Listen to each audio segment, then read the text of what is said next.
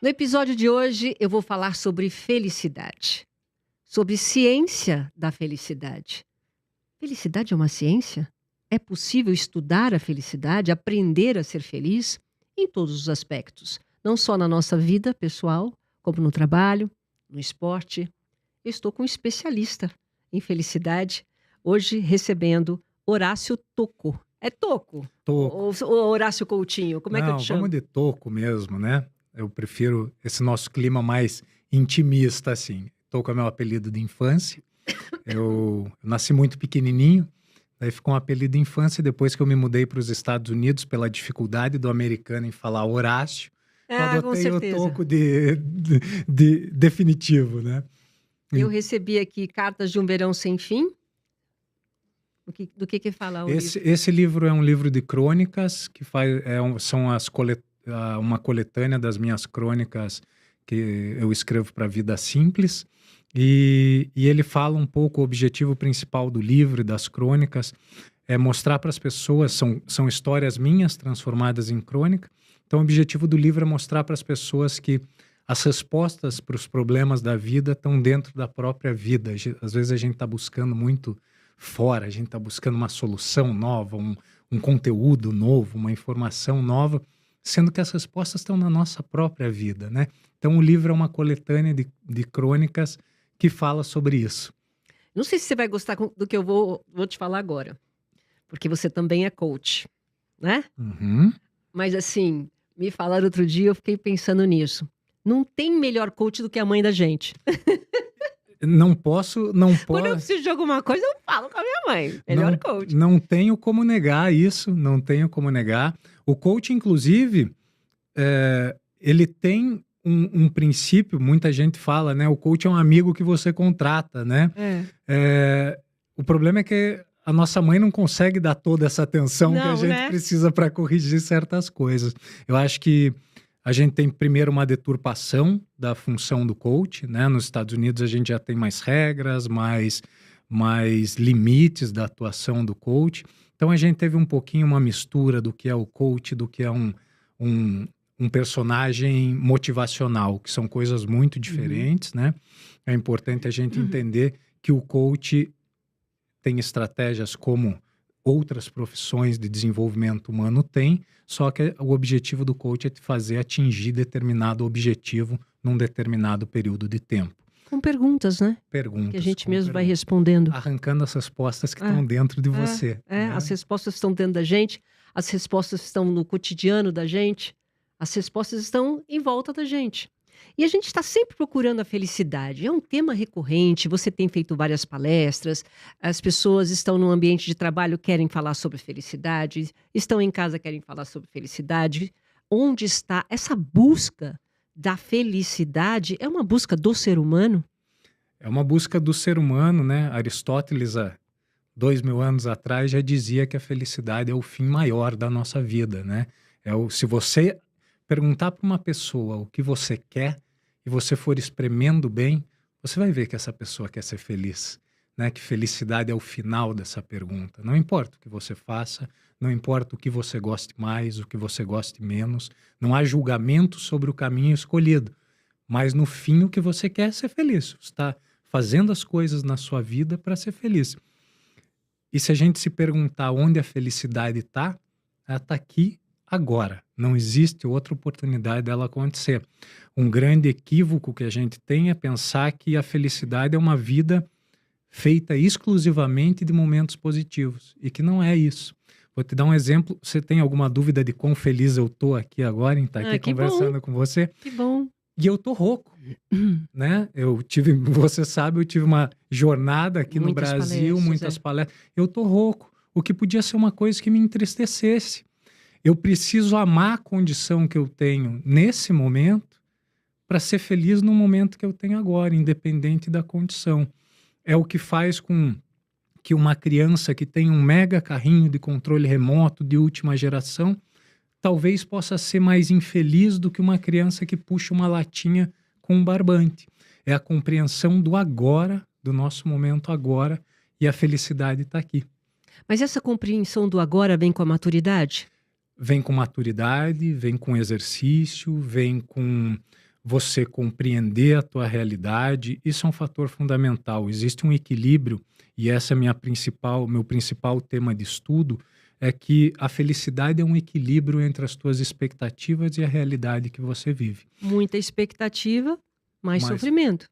né, principalmente se estiver afastado da tua realidade. Se você tem uma expectativa muito alta e uma realidade mais baixa, essa distância entre os dois é frustração.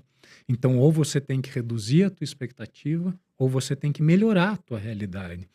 O problema é que hoje a gente vive num mundo, primeiro que expectativas você só cria em cima de informações que você tem. Você não tem expectativa de algo que você nunca viu, que você não conhece, que você nunca ouviu falar. O problema é que hoje a gente ouve falar de novas coisas a cada momento, quando você abre o Todo na celular. mão da gente, Então, se você não aprender a gerir essas informações, a botar ela no lugar certo, amar a tua realidade, dizer, puxa, eu estou nesse lugar, eu posso até querer chegar lá, mas nesse momento eu estou nesse lugar e eu equilibro a minha expectativa, você começa a ser mais feliz com o que tem. Mas a própria internet não nos cobra uma expectativa muito maior? Porque às vezes antigamente você tinha lá o seu canto, a sua vida, você ficava sabendo quando você saía, quando você via uma notícia. Hoje, muitas vezes você abre o celular e você vê assim, todo mundo aproveitando, todo mundo. Você fala, nossa, eu não tô, quer dizer, eu sou incompetente, porque essa pessoa é menos do que eu, olha onde ela está, eu sou mais competente que ela conseguiu mais do que eu. Essa comparação, essa pressão da internet, das redes sociais, nos faz mal? Nos faz mal No pra sentido gente. de criar expectativas. Sim, sim. A gente, como eu disse, se a gente não aprende a gerir essa informação que entra, é muito mais difícil a gente encontrar a felicidade. Se a gente pegar gerações anteriores, como a do meu pai, a da minha avó, eram gerações que não tinham esse volume de informação. Nem expectativa zero, Nem né? expectativas dentro daquilo, né? Minha avó morava no interior de Santa Catarina. A expectativa dela era ir até o centro da cidade. Sim, E na que praça. estava próximo da realidade dela, né? Agora, hoje a gente quer estar na Indonésia e em Paris ao mesmo tempo. O que não existe, é impossível. E assim a gente constrói num mundo em que muitas coisas são possíveis, né? A gente vive numa modernidade líquida, como filósofos mais contemporâneos dizem. A gente consegue transformar mais a realidade. A gente pode ser médico hoje, pode ser um mochileiro amanhã, Sim. advogado hoje, youtuber amanhã. A gente consegue ascender classes sociais. A gente já não tem instituições como a família, instituições como a carreira, instituições como a religião, que davam um norte para controlar nossas expectativas. Hoje a gente não tem elas. Então, a gente precisa achar mecanismos para gerir tanta informação que gere tanta expectativa. Agora, assim, quando você fala em ser feliz, né? Eu sou feliz. Não sei, a minha forma de ver felicidade são pequenos momentos. São alguns momentos, porque a gente não vive em intensidade o tempo todo. Tem uma fase da nossa vida que é muito intensa, que a gente está construindo as coisas. Então a gente é mais feliz quando consegue as coisas que quer, uma casa, né? O carro, enfim. Estou falando de coisas materiais. Quando você vai chegando mais próximo à maturidade, vai envelhecendo, a sua felicidade vai mudando. Então, de acordo com as fases de vida, aquilo que você quer, que você almeja, vai mudando. Então, o ser feliz é diferente para cada um. O que é ser feliz? Sem dúvida. Existe uma pesquisa muito famosa nos Estados Unidos em que eles pegaram os 100 últimos ganhadores de loteria e 100 pessoas que perderam membros em acidentes de carro. E, na média, o que se percebe é que 6 meses depois, ou que você ganhou na loteria, ou que você teve algum acidente grave, você retorna ao teu mesmo estado de satisfação anterior. Isso se chama adaptação hedônica na ciência. E o que a gente tira disso? Que a gente está direcionando muito a felicidade para fora, sendo que essas coisas são passageiras. Então, respondendo a tua pergunta, sim, a felicidade é de cada um, ela está dentro da gente. Por isso que eu acho que a gente, em algum momento, poetizou demais o autoconhecimento. É importante que cada um saiba o que quer, o que faz feliz. Às vezes eu gosto do feijão em cima do arroz, você gosta embaixo. E se você não descobrir o que você gosta, você não vai encontrar esse caminho. Então, primeiro tem que descobrir o que eu gosto. Perfeito, essa é a base de tudo. Você ter o autoconhecimento de descobrir quem você é a primeira parte. Não adianta você querer construir coisas baseado na vida do outro. Eu sempre brinco que é que nem o Batman e o Robin, né? O Robin vive a vida do Batman e por isso ele nunca conseguiu ser protagonista de filme nenhum, né? Ele trabalha numa caverna de morcego e nunca teve nada a ver com morcego. E eu brinco com essa metáfora para dizer, a gente tem que cuidar se a gente não está na internet querendo viver a vida dos outros. Eu Querendo preciso copiar. entender quem eu sou, quais são os meus gostos, quais são minhas virtudes, né? Quanto mais eu descobrir quais são minhas virtudes, maiores chances de eu desenvolver trabalhos em cima do que eu sou bom, do que é positivo. Como que a gente faz para descobrir isso? Virtudes, O que fazer terapia? O que é? virtudes existem. Quanto mais a gente avança, né? Mais a gente vê a ciência vem evoluindo muito na área da ciência da felicidade, ou a psicologia positiva, que a gente chama. Por muito tempo, a psicologia focou no lado negativo da nossa Verdade. mente, né? Então, até o final do século passado,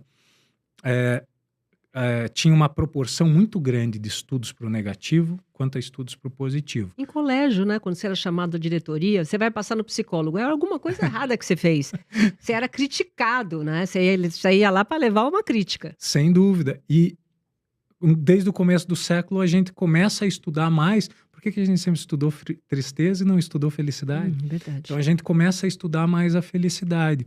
E com isso a gente vai vendo que aparecem elementos que nos mostram caminhos melhores para ser feliz. E onde a gente encontra esses caminhos, não necessariamente na terapia. Se você tirar 10 minutos do teu pré-cama, né, do teu pré-sono e pensar, puxa, o que eu fiz no meu dia? Escreve 10 coisas que você fez no teu dia. Se autoanalisar, escrever mesmo. Claro. E quanto mais você fizer, melhor. Se você escreveu hoje 10 coisas que você fez no dia. 10 coisas boas, você está falando. Não, escreve 10, depois vê quais foram boas, quais foram ruins. E depois pensa, por que foram boas? E nas ruins, o que eu poderia ter feito para que elas fossem melhores? Veja que as ferramentas são muito simples. Muita gente me preocupa. Estão ao nosso alcance, Ao né? alcance.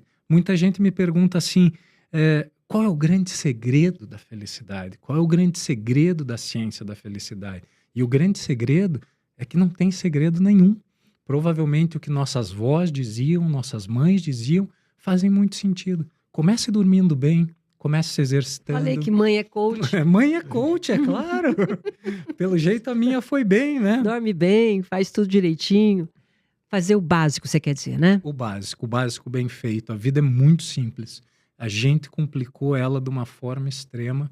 A vida é muito simples e, como eu já te disse, as respostas para os problemas dela estão nela mesmo. Se a gente conseguir pegar cada limão da vida e fazer uma limonada, a gente vai chegar mais longe, a gente vai evoluir a cada momento. Você acha que o ser humano cresce mais com as críticas ou com elogios? Acredito que com os dois, mas acredito muito que o que faz a gente desenvolver mais rápido é uma pressão limitada. O que eu vou chamar de pressão limitada? Você pode, se você pegar o teu travesseiro e apertar o teu travesseiro e soltar ele vai retornar para um estado, mesmo estado que ele estava. Isso é o que a ciência chama de resiliência. Só que existe a antifragilidade, que se chama resiliência 2.0, que é você apertar, pressionar alguma coisa e ela retornar maior do que o estado inicial, como os nossos músculos. Se você for na academia e você pressionar, estressar o teu músculo sem romper, ele vai crescer. E o nosso cérebro é também assim. Se você estressa ele num ponto limite, se coloca desafios que são alcançáveis, ele cresce, ele se desenvolve. Então, o elogio é muito importante por determinados pontos da ciência, determinados pontos da psicologia que elevam o teu positivo, que fazem com que você se coloque em momentos de mais positividade, mas o negativo é importante, a pressão é importante, a tristeza, a ansiedade, o medo, a angústia, elas têm função na nossa existência. Elas nos mantiveram vivos até hoje como seres humanos. E elas estão aqui por uma razão. Se a gente souber fazer o melhor do que a vida está nos entregando, a gente consegue crescer e ser mais feliz. Mas você não acha que tudo isso a gente vai... Quer dizer, esse estágio de felicidade É com a maturidade que você vai entendendo, você vai se conhecendo. É difícil você, às vezes, com 30 anos, saber o que que é felicidade. Felicidade é muito momentânea para o jovem e não tão momentânea e uma coisa mais sólida para a pessoa mais madura. Não, eu não concordo completamente com isso, porque senão a gente estaria fadando todas as crianças a serem tristes. E eu acho que não é o que acontece. Eu acho que existem pessoas que crescem sem se desenvolver no autoconhecimento. Eu acho que a gente nasce se autoconhecendo. Uma criança sabe qual é a hora dela chorar para pedir comida, ela sabe a hora como fazer para mamar, ela nasce sendo feliz dentro do mundo dela, e à medida, hoje o mundo está nos entregando uma fantasia, né? Está mascarando a nossa realidade, o que pega muito para o jovem, para o adolescente, que afasta ele da realidade e afasta ele de quem ele é. Então hoje o jovem não é mais tão estimulado a fazer o que ele gosta. Ele está fazendo o que os outros gostam. Por isso talvez a gente tenha a impressão que o jovem, e não é só a impressão, o jovem está mais triste. Se você pega... Eu acho até que agora os pais deixam os jovens fazerem... Na época que eu fui criada, não era assim. Você fazia o que os teus pais queriam. Tinha um roteiro. Agora não. Agora o jovem tem um pouco mais de liberdade, você não acha? Tem muita liberdade e essa é uma das causas dos problemas. Acontece assim, ó, existe uma curva de satisfação na nossa vida, que normalmente você nasce num estado de satisfação com a vida, quando você chega perto dos teus 30 anos, você atinge o ponto mais baixo de satisfação com a vida, que é onde você ainda está descobrindo determinadas coisas. E depois ela volta a crescer e cai onde você me falou que faz sentido. As pessoas mais velhas tendem a recuperar esse prazer com a vida, dar mais valor ao tempo, dar mais valor às pessoas. O que acontece na geração de hoje é que elas já estão vindo na juventude para onde elas deveriam estar aos 30. E o que a ciência não consegue explicar ainda é onde elas estarão aqui na frente, com os seus 60, 70 anos. Porque esse momento da juventude é onde elas deveriam estar desenvolvendo resiliência, otimismo, esperança, capacidade de lidar com seus problemas. E por isso que hoje esse excesso de opção que é dado para o jovem faz com que ele escape dessas necessidades de decidir o que vai fazer com aquele problema. Então, puxa, meu filhinho briga na escola, eu vou lá, em vez de deixar ele resolver uma situação que é da vida, eu vou lá e interfiro. Provavelmente seus pais não interferiam na tua, deixavam, pô, Silvia que se vire não. Lá, né? Ela que se vire. Então, existe uma grande preocupação com relação a isso.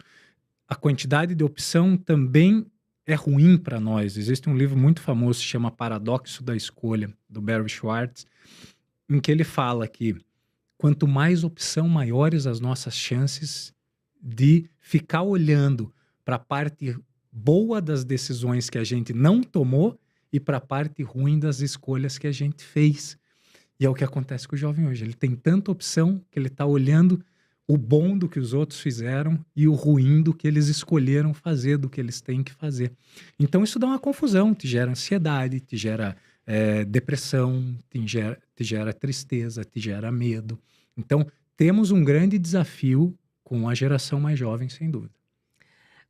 Um dos maiores desafios que a gente está falando do ser humano é justamente controlar as emoções, controlar a ansiedade e principalmente trabalhar a mente a favor, né? O esporte ajuda muito nisso? Ajuda.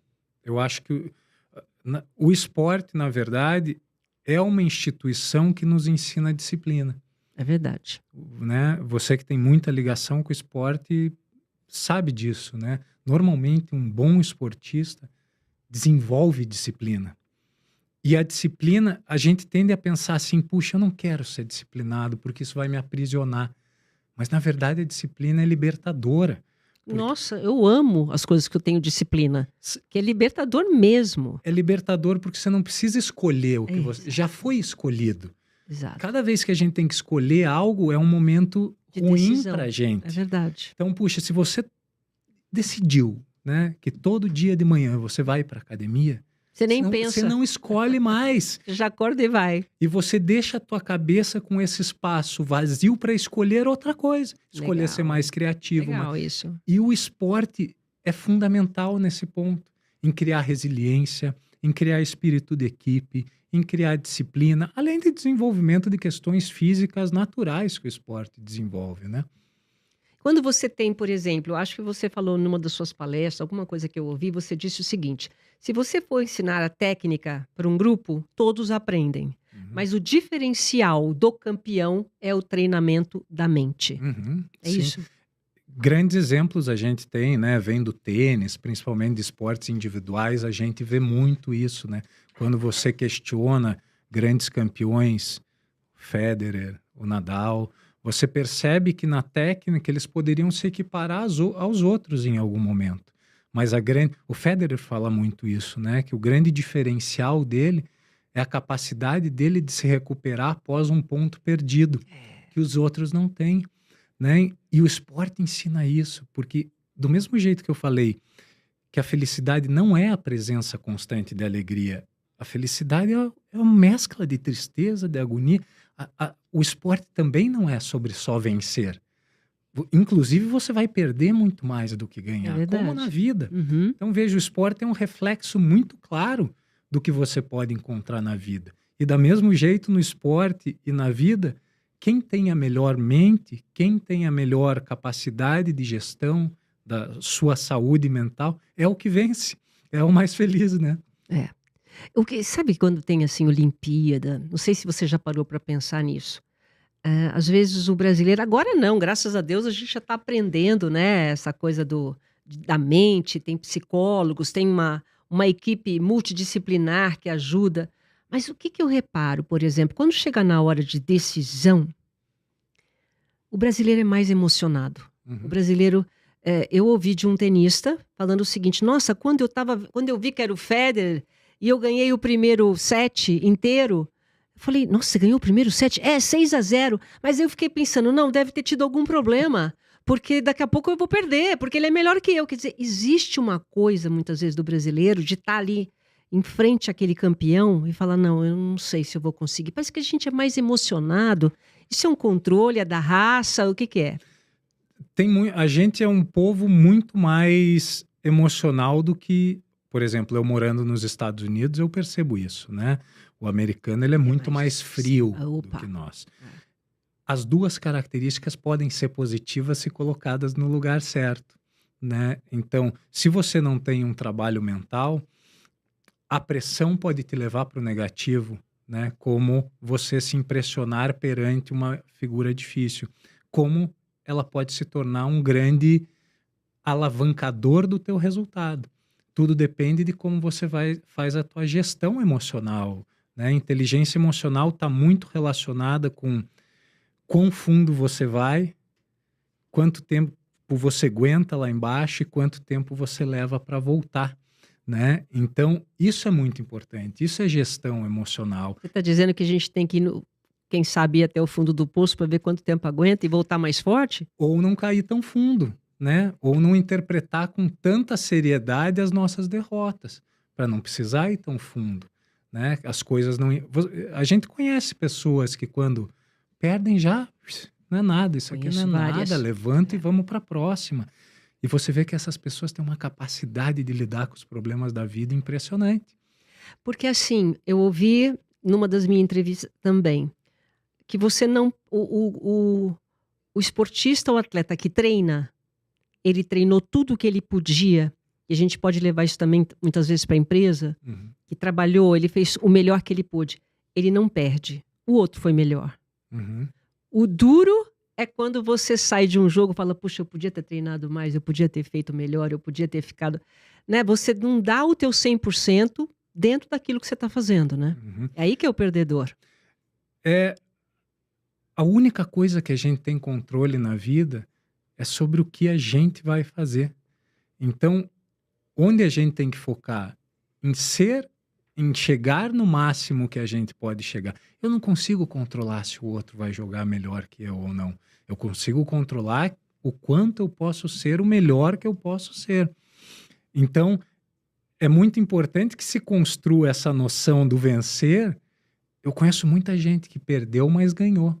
Que foi lá e deu o seu melhor. Me lembro de algumas Olimpíadas atrás em que foi um nadador de um país africano, eu não lembro qual era o país, mas que ele não sabia nem nadar Eu direito. lembro Lembra? disso. Colocaram ele na piscina. Aquilo é um vencedor, ele não tem Nossa, ele medalha. não sabia nem dar abraçada. Eu Exato. lembro disso. Então não é sobre chegar em primeiro. Até porque se a gente for medir a vida de todo mundo sobre chegar em primeiro, ninguém chega em primeiro e a gente vai dizer que todo mundo é perdedor. A vida é sobre a gente chegar em primeiro para a gente, que naquele momento que nos é entregue, a gente faça o nosso melhor, consiga entregar o nosso melhor, se esforce ao máximo para ser, eu não gosto muito disso, mas ser a nossa melhor versão, né? Eu acho que esse é uma definição de vitória, né? É você estar consciente de onde você pode ir e chegar lá. E sabe que desde que eu tomei consciência de que eu não consigo controlar o que as outras pessoas vão fazer, e eu tenho isso como uma máxima. Eu posso controlar isso? Não, não posso. Não depende de mim? Não, não depende. E eu parei de sofrer. Porque a gente quer, essa ansiedade toda que as pessoas têm é tentar controlar o que o outro vai fazer, né? Uhum. E não só o que o outro vai fazer, a gente quer muito controlar tudo. Não só o que o outro vai fazer, a gente quer controlar o mundo, a gente quer controlar o tempo, a gente quer controlar como as coisas vão acontecer, e a gente não tem muito controle sobre as coisas, né? Tem aquela oração da serenidade que diz, né, Deus, dai-me força para mudar as coisas que eu posso mudar, paciência para aceitar as coisas que eu não posso mudar e sabedoria para discernir uma das outras, né? E é isso. Se a gente entender o que a gente pode mudar e focar nelas, isso faz toda a diferença e a gente não despende energia no que é inútil para a nossa vida, né? Mas isso é um exercício? Como é que eu faço? As pessoas que estão ouvindo a gente agora e estão assistindo. Ah, muito bonito o que o Horácio está falando, mas como que eu faço isso? São pequenas mudanças no dia a dia? Como é que uma pessoa que tem o seu dia lá, acorda de manhã, trabalha, pode ter essas mudanças aí de autoconhecimento? Primeiro assim, não existe transformação rápida, como não existe para os nossos músculos. Podemos sempre manter aqui esse paralelo com os nossos músculos, né? Não existe transformação rápida. Segundo, demanda disciplina e vai demandar um tanto de desconforto, porque toda transformação demanda desconforto, todo crescimento demanda um pouco de desconforto. Você precisa sair de onde está para ir para outro lugar. Tem que ter esse desconforto. Tem que ter movimento, tem que ter atitude, tem que ter ação. E daí coisas tem que ter recorrência, tem que ser disciplinado para construir. E hoje tem inúmeras atividades que você pode fazer para desenvolver. Hoje o que a ciência nos mostra é que a felicidade pode ser treinada, que o otimismo pode ser treinado, que a resiliência pode ser treinada. Eu posso treinar felicidade? Pode. Existe uma atividade que é muito famosa, de várias, né? Mas existe uma atividade que é uma das mais famosas da psicologia positiva, que se chama Three Good Things, 3 coisas boas. A gente tem um viés negativo nosso que vem do tempo das cavernas. Você tinha que ter o viés negativo. Talvez você não fosse achar uma maçã no outro dia, talvez um tigre corresse atrás de você. Você tinha que pensar no negativo. Os perigos se tornaram menores e a gente continuou com esse viés. Então a gente precisa redirecionar o nosso cérebro. E essa é uma coisa dos últimos 25 anos, que é a neuroplasticidade, é mostrar que eu posso reconstruir vias neurais no nosso cérebro. Então, puxa, como é que eu direciono para um viés positivo? Pegue todo dia à noite e escreva 3 coisas boas que aconteceram no teu dia. E você começa a olhar e admire elas. Óbvio, se você fizer um dia, não vai mudar a tua vida. Agora, faça isso por um ano. Antes de dormir. Antes de dormir. Ou 3 coisas que você fez que você ficou orgulhoso de você, é isso? Exatamente. Ou 3 coisas que fizeram você se sentir bem. 3 coisas boas do seu dia. Comece a escrever isso. Dê 1 mês, 2 meses, você começa a ver que você começa a olhar para as coisas com mais carinho, com mais atenção. Óbvio que não é só isso. Gratidão, né? Não é a gratidão do gratiluz, né? É a gratidão do quais são as coisas pelas quais você é grata, né? Pegue um evento bom da tua vida. Você pega aqui, tipo, por exemplo, a tua formatura. Pode ser lá para trás.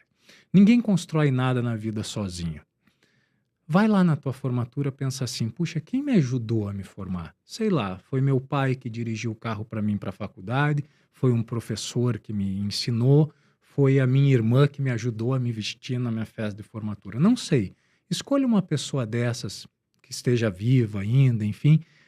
Escreve uma carta de gratidão para essa pessoa. Isso funciona mesmo? Funciona muito. A hora que você entrega essa carta para a pessoa, você reconstrói um laço, você exponencia um laço, você aumenta seus relacionamentos e faz com que você comece a olhar na vida que a vida é composta de coisas que você mal presta atenção. É verdade. Né? Escreva 3 parágrafos. O primeiro, quem você era naquele momento. Depois escreva o que essa pessoa fez e no último escreva como isso transformou a tua vida. E você começa a ver, né? E são tudo exercícios para que você só pare um momento para pensar na tua vida. Você sabe que toda noite entra, né? Eu tenho um iPhone, entra hora de parar um momento e escrever sobre o seu dia. Eu falo, quem que pôs isso daqui? Eu não tenho esse aplicativo. É do próprio celular. Uhum. Quer dizer, pedindo para que você pare um momento para pensar no teu dia. E parece tão bobo, né? Eu não paro. Vou Voltaire começar dizia, né? O óbvio às vezes não é tão óbvio assim, né? Porque às vezes eu tenho até vergonha de passar isso para as pessoas, porque me parece É muito tão simples, básico, é. tão simples. A verdade é que a gente parou de olhar para a gente. Isso que a gente está fazendo aqui é uma coisa Claro. boa, que você para, pelo menos por quase 1 hora, e fica analisando. Olha que bacana, que momento. Foi assim, por exemplo, quando você escreveu essa Cartas de um Verão Sem Fim, que você pega as coisas do cotidiano, esse teu momento você parava para escrever sobre o seu dia, talvez, Uhum. e foi fazendo uma autoanálise, isso foi te ajudando? Foi aí que você descobriu que as respostas estavam todas no seu dia a dia? Também. Escrever as crônicas me desenvolveu disciplina para escrever. Escrever as crônicas me colocou mais em contato com um ritual que eu precisava ter todas as semanas. Quem escreve sabe o quão difícil é escrever uma crônica semanal. Eu fiz isso por 300 domingos, sem parar, todos os domingos. Mas dá uma disciplina danada, né? Eu tinha de Danada. esportes. Dá uma disciplina danada na gente. E é óbvio que esse parar e olhar para a nossa vida nos coloca um pouco mais de volta no trilho. E quanto mais eu faço isso, mais olhando para o meu trilho eu tô, que me permite tomar decisões que estejam alinhadas com o meu trilho. Hoje muita gente não sabe se a decisão que está tomando é boa ou ruim para mim. Eu fico ou me separo? Eu fico nesse trabalho ou eu vou para outro? Você não sabe. Primeiro porque não existe fórmula correta. Tua vida não tem um só caminho. Existem inúmeras Silvias, cada momento é uma bifurcação. E que você tem que escolher, né? E a gente sempre acha que está escolhendo o melhor, né? E daí Fala, depois... cuidado com as suas escolhas, mas quando eu escolho, eu acho que eu estou escolhendo o melhor. Mas depois que você escolhe, você acha que o gramado do vizinho é mais verde. É nada, depois que eu escolho tudo. Falei, ih, Silvia Vinha, você tinha que ter escolhido de outra forma, caramba. Você praticou rugby, então você sabe, né, que o atleta ele desenvolve uma mente perfeccionista, de resiliência que a gente já falou aqui. Mas o que eu vejo também, quando acaba esse tempo de praticar o esporte, muitos caem na depressão. Quando você sai e entra nesse estágio de não ter mais aquilo que te motivava, a tua disciplina, muitas pessoas caem em depressão. E parece que é normal isso. É normal, principalmente no esporte de alta performance, né? Eu acho que tem um equívoco que a gente também carrega na vida, é que usar os grandes heróis esportivos ao pé da letra e tentar trazer isso para a nossa vida, sendo que a alta performance está além do nível normal de uma pessoa. É por isso que eles são super campeões, super vencedores. Eles desenvolvem um senso de perfeccionismo que é impossível trazer para a vida. O perfeccionismo é um problema grave, porque a gente precisa aceitar a nossa condição de ser humano. A gente precisa abraçar os nossos defeitos para conseguir corrigir eles. E se a gente começa a desenvolver uma mentalidade muito perfeccionista, você também começa a esperar o perfeccionismo da vida, o perfeccionismo do teu companheiro, o perfeccionismo do teu chefe, do teu subordinado. E quando você vê, você está vivendo num mundo que não é teu, porque não existe esse perfeccionismo. Não dá para você controlar, né? Não tem jeito. Certamente os grandes atletas ainda têm a questão da exposição, em que se perde muito a exposição quando se encerra uma carreira, né? Perde muito da E fama, se dedicou muito, né? Aquela se dedicou, intensidade. passam por problemas que todo mundo vai passar, né? Em lidar com o envelhecimento, em lidar com o seu corpo se transformando. Um atleta que tinha um corpo perfeito para aquela determinada atividade esportiva começa. Por isso que é importante você desenvolver essa capacidade de entender a vida, de entender que a gente tem etapas e amar cada momento, cada fase da tua vida, se amar, né? Só que Mesmo as ruins, né? Porque tem mesmo as fase que a gente tá ruins, péssimo. Tem mesmo, dias, assim, eu sou uma pessoa muito feliz. Eu acordo, gosto de acordar cedo, fazer minha ginástica. Mas tem dias que é difícil levantar. tem, Mesmo com todo o meu otimismo. E tem. todo mundo passa por isso. São picos de felicidade, são picos de momento. Isso é do nosso organismo ou são fases mesmo?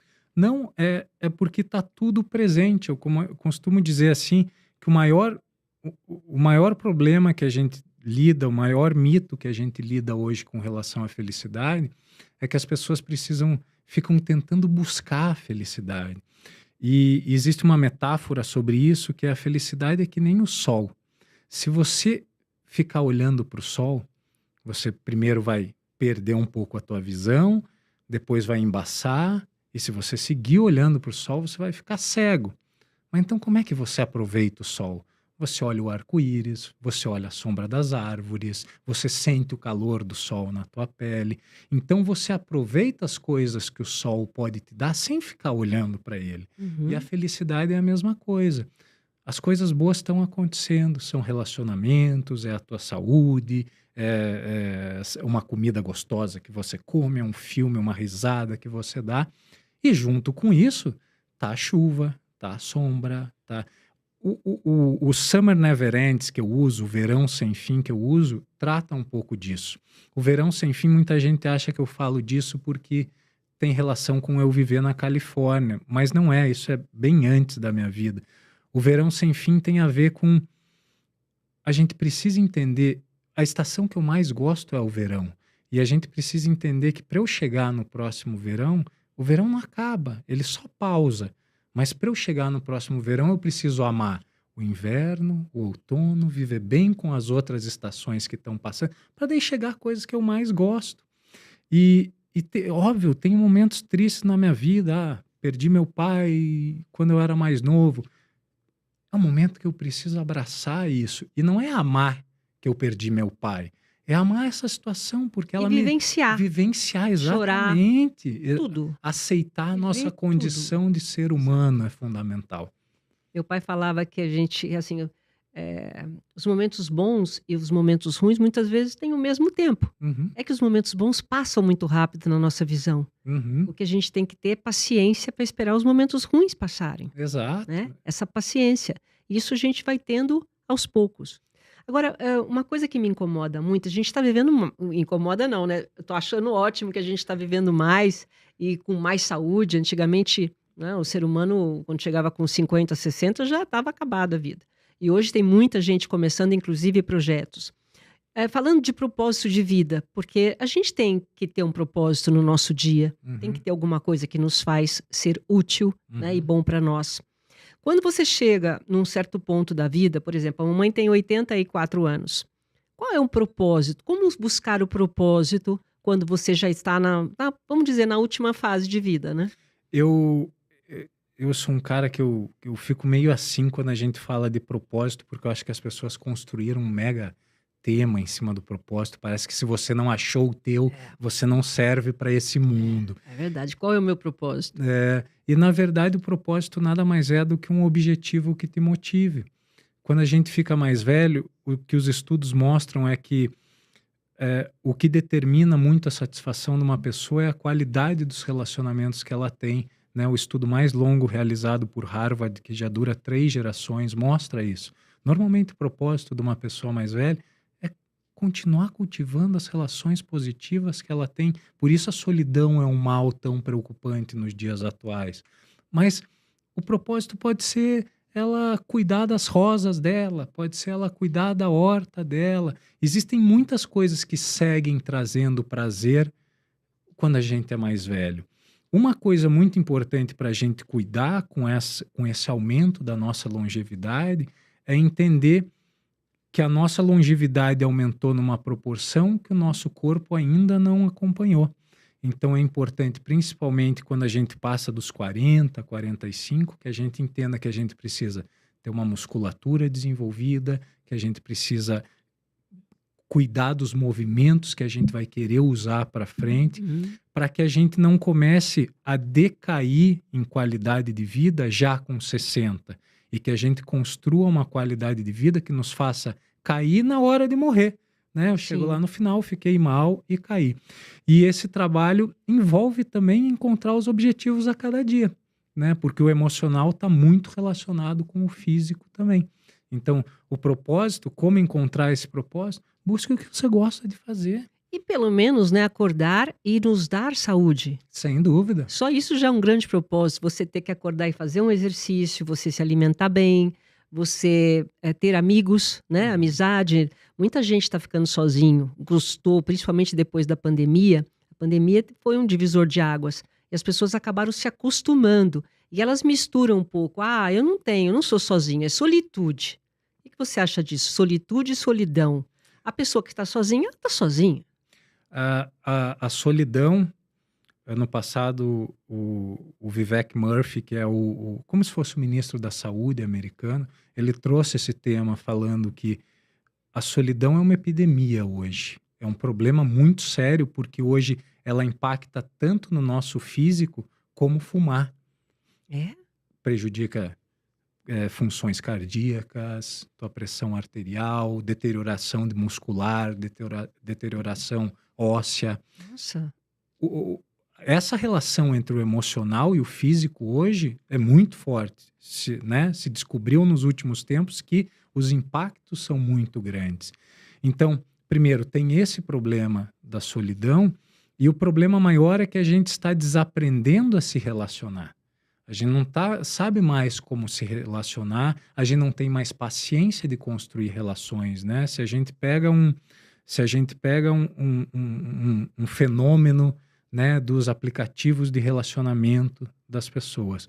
Antigamente, quando você começava um relacionamento, você marcava um jantar com uma pessoa, não era tão frágil. Se a pessoa te apresentava um defeito, você tentava contornar esse defeito, construir algo em cima do defeito. Você entendia que ambos podem ter defeito, porque você visava construir uma relação. Hoje você sai para jantar com alguém e você não gosta de algo que ela fez, ela pegou o talher com a mão errada, qualquer coisa.